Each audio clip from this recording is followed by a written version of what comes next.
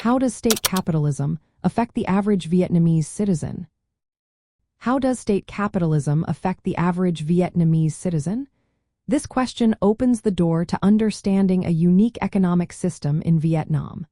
State capitalism blends socialism with market-oriented reforms. Since the transition from a centrally planned economy, this system has evolved significantly. In Vietnam, state capitalism means the government plays a major role in the economy. State-owned enterprises, or SOEs, are central to this model. However, private and collective ownership also exists. This creates a socialist-oriented market economy where the state sector is dominant but allows for some market mechanisms. One of the most noticeable effects of state capitalism is the increase in economic opportunities.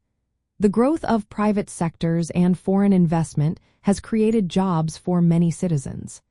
As a result, living standards have improved for a significant portion of the population. However, not everything is perfect. Income inequality is a challenge in Vietnam. While some citizens benefit from economic growth, others do not.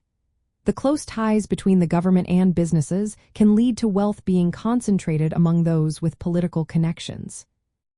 Public services are another area impacted by state capitalism. The government's role allows for wealth redistribution through services like health care and education. Many Vietnamese citizens now have better access to these essential services compared to the past. Political influence is also a factor. The Communist Party of Vietnam holds significant power, which can affect economic policies. Political loyalty can sometimes determine economic success, limiting opportunities for those without connections. Market reforms have introduced more flexibility into the economy. Private businesses can now operate alongside state-owned enterprises. This has stimulated growth and provided more choices for consumers.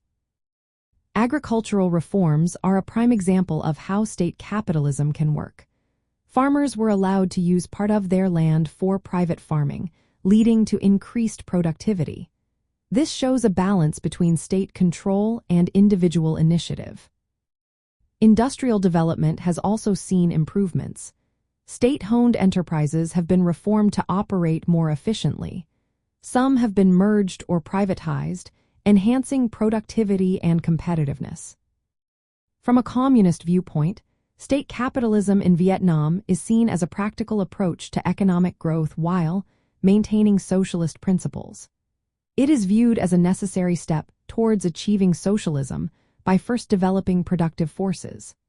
Critics argue that this system can lead to inequalities and favoritism, which contradict core communist values like equality and collective ownership. Despite these challenges, state capitalism has played a role in Vietnam's economic growth and stability. It offers a unique model that other developing countries might consider.